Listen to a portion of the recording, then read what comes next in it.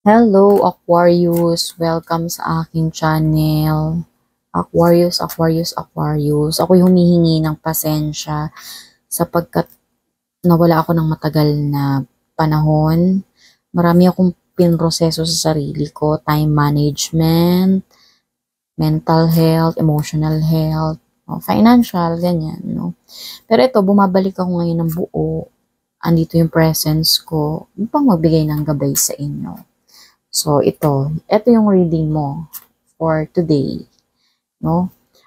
For this coming or for this full moon in Scorpio. So, Scorpio is in the 8th house, no? Excuse me. Excuse me.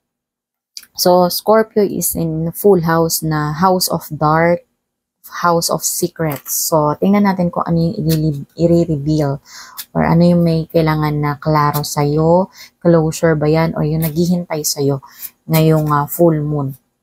No, this is also a timeless reading, Aquarius, no, na kung kailan mo panood to is maaaring dun pa makaresonate sa'yo. So, this is general collective reading. Hindi lahat ng cards or messages is makaka-resonate sa'yo. So, piliin mo lang yung mga makaka-resonate sa'yo. Ayan. Oh. So, strength card in reverse. No. So, this full moon is, parang hindi ganito yung pagkakilala kong Aquarius, no? Ano ka, parang nagda-doubt ka sa sarili mo ngayon, no? The moment na papanood mo to, is merong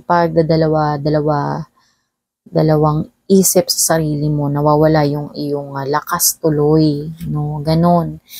Yung dating ikaw na convincing parang sa ibang tao dahil doon sa factor na yun na parang nagsa-self-doubt ka is parang hindi tuloy nakakakonekta or parang hindi mo ma-express yung gusto mong sabihin, hindi mo ma-express yung totoong ikaw, no?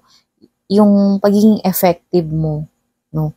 Doon sa mga nakapaligid sa'yo, no? Which is yun nga, wala kang ano kasi parang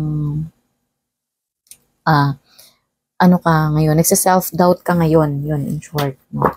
Nagsa-self-doubt ka ngayon, Aquarius.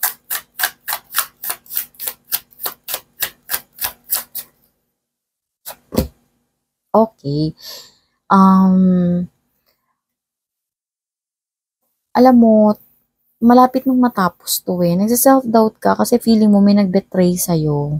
May trumaydor sa'yo, parang sa kabila ng pagiging mapagbigay ng information, mapagbigay ng kung anong meron ka, ng strategy in life mo, yung kung anong meron ka, finances ba yan, basta kahit anong meron ka, is, kaya ka nag-self-doubt, is feeling mo kasi niloko ka, no, binetray ka, no, yung meron kang naging failure, no, something ganun, ang dami na pumapasok na negative sa isip mo na parang nangyayari is, nagiging feeling mo is, yung buong buhay mo is failure, ganun. No, pero hindi yun eh. Sinasabi ng card dito, 10 of Swords to eh. Is, malapit nang matapos to or matatapos na to kasi 10, end of a cycle na yung 10 eh. No, ito nga nararanasan mo na ito, no. So, kailangan mo ng i-release yun, yung feeling mo na sobra-sobra na yung hirap na naranasan mo dahil sa pag-iisip ng mga hindi maganda or yung mga negatibong bagay. No?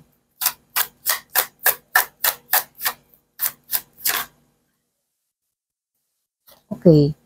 Yung trigger or yung root mo kasi, yung trigger point mo kasi is, alam mo yun, ang naging maganda yung buhay mo nung nakaraan siguro, no? Mga nakaraang araw, nakaraang buwan, or mga nakaraang linggo, no? Tapos bigla mong iiwan or biglang nagbago yon, no? Bigla na lang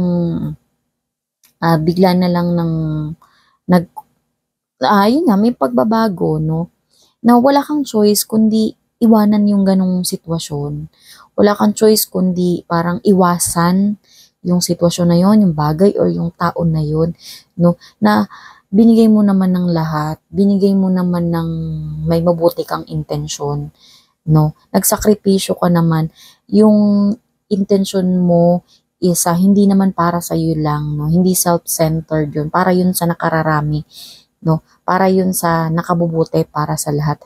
Pero wala kang choice kundi baguhin yung sitwasyon mo and mapilitan ka na mas lumebel doon sa mas hindi ka komportable kaysa doon sa mga naranasan mo na komportable. Medyo komportable ka pa sana. Ganun. Kaya feeling mo isa, nandoon yung na-betray ka.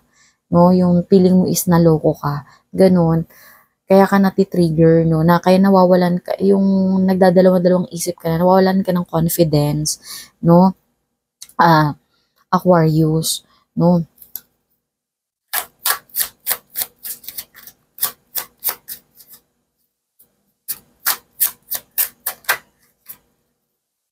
Pero alam mo kasi Aquarius every time kasi na na lumalabas itong the Tower card, though negative card siya, pero sa akin na, nagre-reading din kasi ako sa sarili ko no?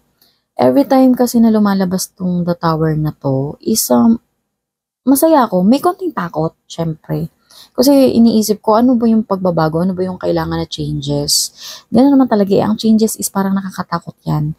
Kasi hindi ka familiar dyan Tapos kailangan mag-adjust ka.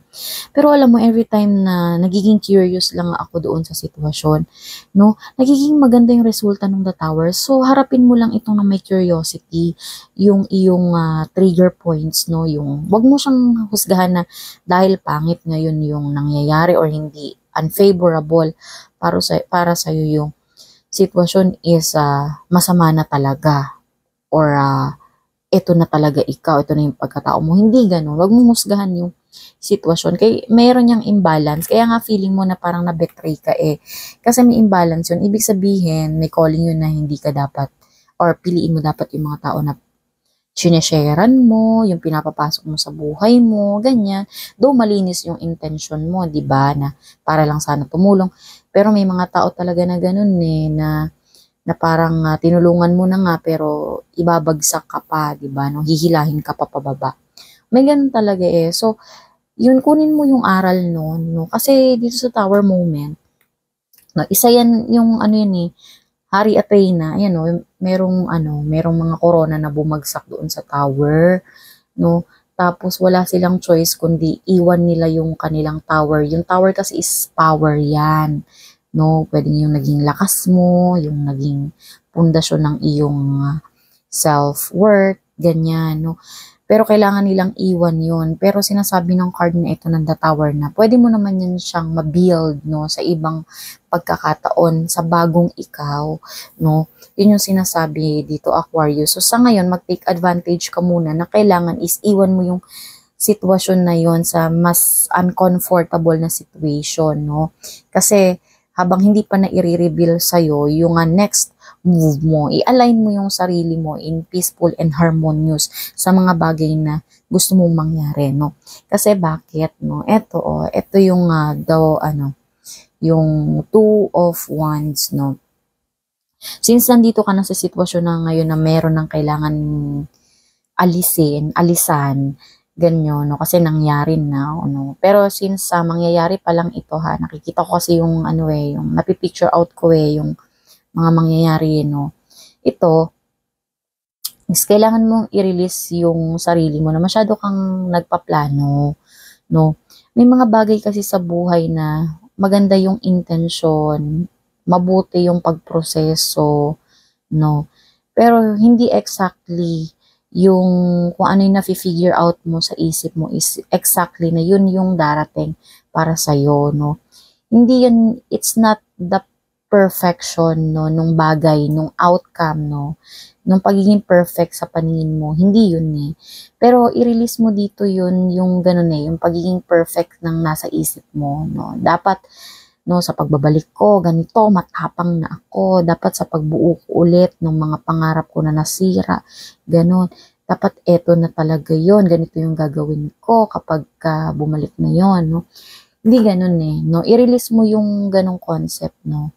kundi dapat maging sa proseso pa lang nito ng pinagdadaanan mo na uncomfortable ka, feeling betrayed ka, ganyan, no? And may sudden change, no? Dapat iproseso mo dito na magkaroon ka ng peaceful and harmonious life, no? Doon sa proseso ng pinagdadaanan mo. And ano yung ano na nun? Yung susi nun is yung power of surrendering, no? Nasa batas din yun. Batas yan ng ano ng mundo. No, yun the moment na parang tinatanggap mo na lang yung lahat ng mabibigat sa bagay, sa buhay mo. No, yung hindi ka na nagrereklamo, ganyan tinatanggap mo na lang, basta bahala ka na, basta ako gagawa lang ako ng mabuti, magdadasal lang ako ng gusto kong mangyari. Pero ikaw na bahala kung anong pasya mo. Ganon, no? Yung mga pagpaplano sa buhay, no, ng perpekto, no, ibigay mo na yun sa taas, ibigay mo na yun sa universe, no? Pero yung wag mong iwala sa sarili mo, yung alignment, yung pagkakaroon ng peace, ng forgiveness, ng harmonious na life, no? Na meron ka dyan sa puso mo. No, ito yung sinasabi na kailangan i-release, no, i-release mo, no? Yung masyadong kang nagpaplano, no, masyadong nasa isip mo, no? Ganon. No, na dapat maging masaya ka, ganito yung preference mo ng kasiyahan, yung ganon, no? Yun yung sinasabi ng card dito, Aquarius.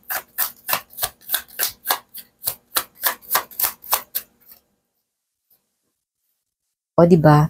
No, kasi ma-achieve mo dito yung bagong ikaw, no?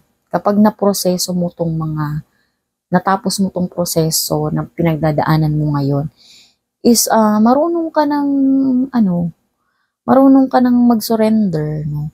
Siguro kaya pinapakita to ng card yung The Hangman, is ngayon siguro is nanggigigil ka na mabalik sa'yo yung lahat ng mga nawala sa'yo. No, yung mga nanggigigil ka na balikan, pwede ganun, yung mga taong nanakit sa'yo. No, pero sinasabi dito ng card na pag naproseso mo na to is bibigyan ka ng gift of surrendering, no? Parang nasabi ko yun kanina, di ba?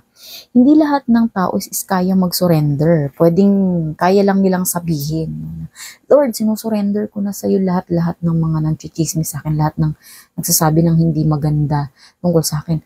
Pero, nati-trigger sila pag nakita nila yung isa nilang kaibigan, no? Ay, oo, ganyan yung nanakit sa akin, sinabihan niya ako ng ganito, ng mga hindi magagandang salita.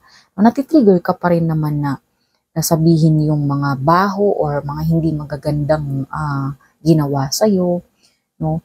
Hindi yun, hindi yun na dahil sa parang gusto mong ipagtanggol yung sarili mo. Pero yung power ng mga nanakit sa'yo is na, nung the moment na parang ipinagsabi mo pa sa ibang tao, nang yung emotion mo is high pa. No, nandoon pa yung galit mo, yung unforgiveness mo, hindi mo sila mapatawad, is may power pa sila sa iyo ganyan. Pero kung yung flow mo is steady, inharmonious ka lang, yun, no? Power yun, yung surrendering, yung ganyan, yung nakafocus ka na lang sa gusto mong mangyari, no? And yun yung isa sa powerful na, na law yung law of vibration Yung kasi yan yung pagmamanifest natin sa buhay, Aquarius, kung ano yung dominant na energy, kung ano yung malakas na pinapakawalan mong energy, yun yung ma-attract mo Doon na lang papasok yung law of attraction Law of attraction kasi, mag-isip ka lang ng maganda daw, so darating sa'yo. Paano kung halimbawa nag-iisip ka nga ng maganda, pero yung iyong emotion is lagi ka namang galit, lagi ka namang nang aaway or may kaaway, lagi ka naman nanginisi. So kung ano yung dominant energy, yung malakas na energy mo, yun yung attraction nung mamamanifest mo So ganun, no? Kaya nga gift itong The Hangman, itong law of surrendering, kasi hindi lahat ng tao kayang mag-surrender ng emotion nila. Kaya lang nilang mag-surrender ng thought nila na okay, napatawad na kita. Pero hindi nila kayang i-surrender deep inside pag sila na lang, no? Yung emotion nila na napatawad na kita. No, pero this time, ikaw, pag naproseso mo to na maayos, Aquarius, sa lahat ng pinagdaanan mo, alam mo, matututo kang mag-surrender sa flow. And kapag nagsusurrender ka sa flow, mabilis ang attraction ng manifestation sa'yo. Yun Yun Aquarius eh. No? So, yun yung reading mo for this full moon. No? Ikaw pa rin ang may hawak ng iyong kapalaran. No? Ito'y isang gabay lamang. So, ingat palagi. Thank you and bye.